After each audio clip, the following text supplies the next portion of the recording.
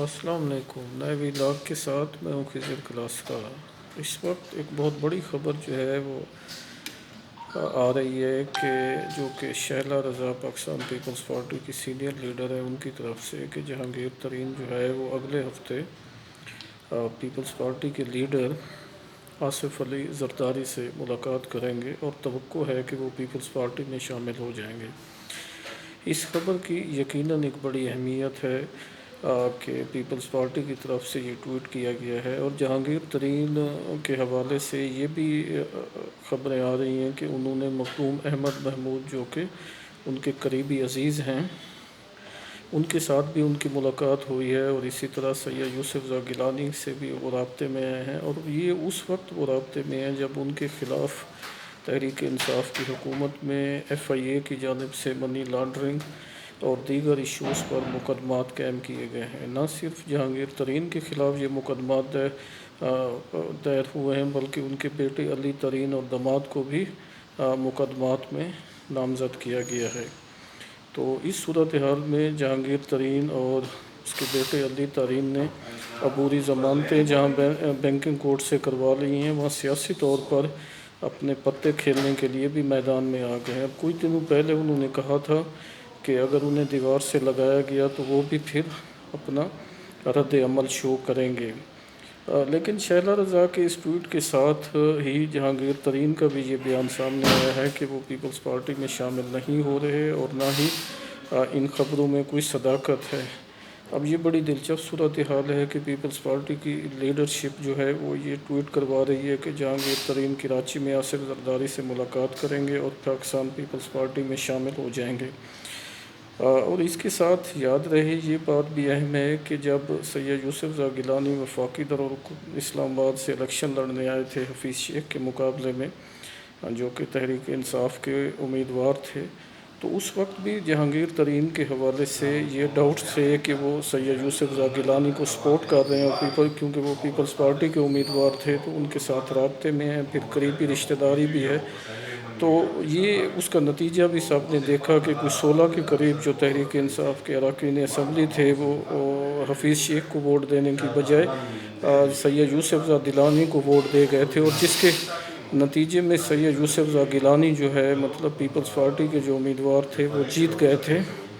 تو جس کے بعد وزیر اعظم عمران خان کو جو ہے اعتماد کا ووٹ لینا پڑا تھا اور بڑی امبیرسمنٹ ہوئی تھی، اور حفیظ شیخ جو ہے وہ وزارت خزانہ سے فارغ ہوئے تھے، اور اس کے بعد جو ہے جہانگیر ترین کے گرد حکومت یا FIA کی طرف سے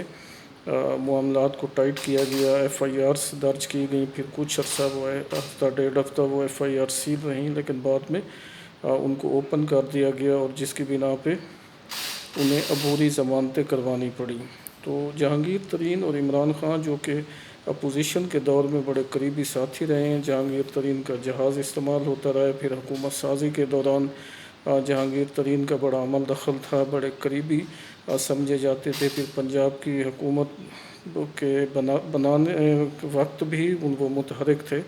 لیکن یہ شوگر سکینڈل کے حوالے سے جب یہ معاملات بگڑے تو رپورٹ آئی، حکومت نے تحقیقات کا حکم دیا، تو جہانگیر ترین جو تھے وہ لندن چلے گئے تھے، وہاں خاصا عرصہ رہے، پھر یہ نہیں پتہ کہ وہ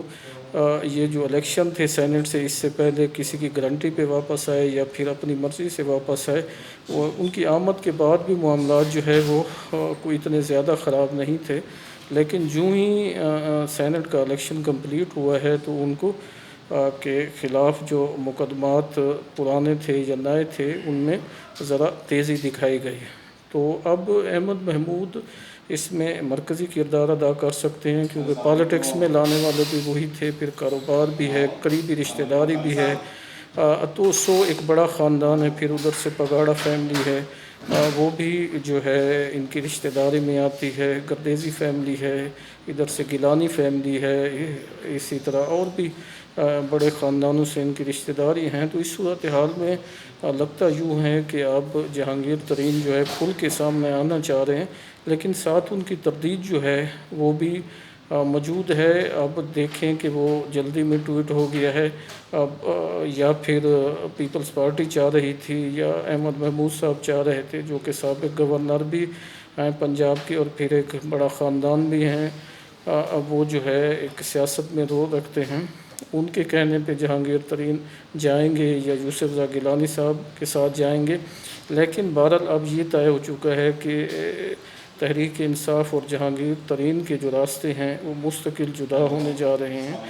یہ ifs اینڈ بٹس بہرحال چلتے رہتے ہیں سیاست کے،